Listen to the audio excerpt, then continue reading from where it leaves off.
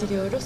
Çok teşekkür ederiz. Bizler de sizlerin bayramınızı ve partinizin bütün üyelerini, gönüllülerini, seçmenlerini bayramını tebrik ediyoruz. İlk önce kendimizi tanıtalım. İsmim Erdal Elibük, Hüdapar Genel Başkan Yardımcısı. Hasan kardeşimiz de Hasan Bozbaş, Merkez İstişare Üyemiz. Yılmaz Akgül kardeşimiz Ankara İl Başkanı Yardımcımız. Hoş geldiniz. Memnun oldum. Öncelikle ülkemizdeki bütün halkımızın bayramını tebrik ediyoruz. Yakın zamanda ülke gündemini de meşgul eden ABD ile yaşanan kriz ve bunun üzerine birkaç hususu dillendirmek istiyoruz. ABD'ye bizim bakışımız konjonktürel değil. Bu anlamda insan ve adalet eksenini bakıyoruz. ABD maalesef sömürgeci ve işgalci bir devlettir. O yüzden bu anlamda 15 Temmuz işgal girişiminin de arkasında açık ve net olan ABD'nin duruşu, Türkiye'de darbeler tarihiyle birlikte anılan, ülkenin menfaatiyle çok fazla anılmayan bir ülke konumundadır. Türkiye'de son zamanda ülkemizde yaşanan gerilimin nedenlerinden biri de bu olduğunu düşünüyoruz. Bu bağlamda biz 15 Temmuz'daki duruşumuz neyse bugün de aynıdır.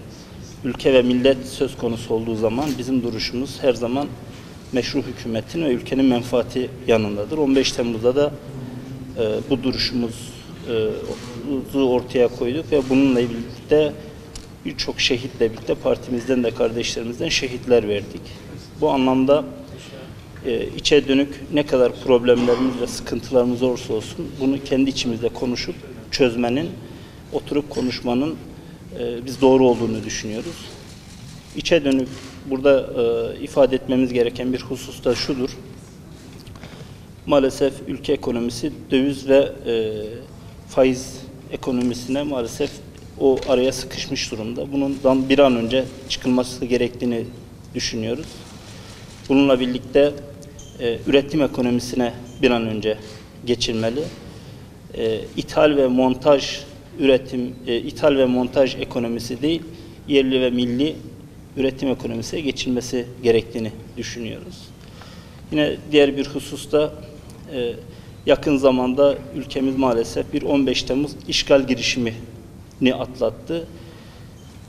Maalesef devletin hafızası ve istihbarat aklı 80 ihtilalinden itibaren 28 Şubat ve onların ürünü olan FETÖ'nün oluşturduğu istihbarat ve devlet hafızasına sahip.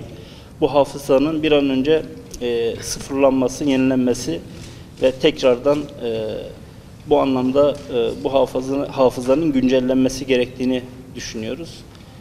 Zira 15 Temmuz işgal girişimine karşı duran halk kitlelerinin birçoğunun bu hafızayla birlikte mağdur edildiğini gözlemliyoruz. Özellikle güvenlik soruşturmalarıyla birlikte maalesef bu hafızanın yenilenmediği, güncellenmediği aşikar olarak görüküyor.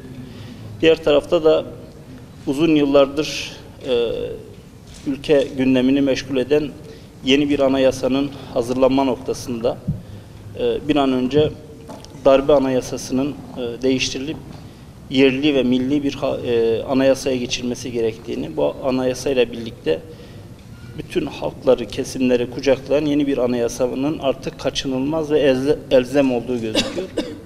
Bu anlamda bizim atılacak her türlü adıma parti olarak destek vereceğimizi ifade ediyorum. Bizim bayram mesajlarımız bu kadar. Tekrardan biz bayramımızı tebrik ediyoruz.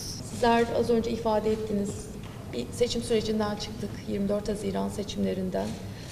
Sonrasında çok hızlı olarak Cumhurbaşkanlığı hükümet sistemiyle alakalı olarak şu anda bürokraside gerekli yapılanmalar gerçekleştiriliyor. Cumhurbaşkanlığı hükümet sisteminin ülkemiz açısından getireceği fırsatlar, getireceği enerji, yeni imkanlar ortada. İnşallah bu sürecin imkanları, fırsatlarıyla ülkemizi çok daha ileri seviyelere getireceğiz.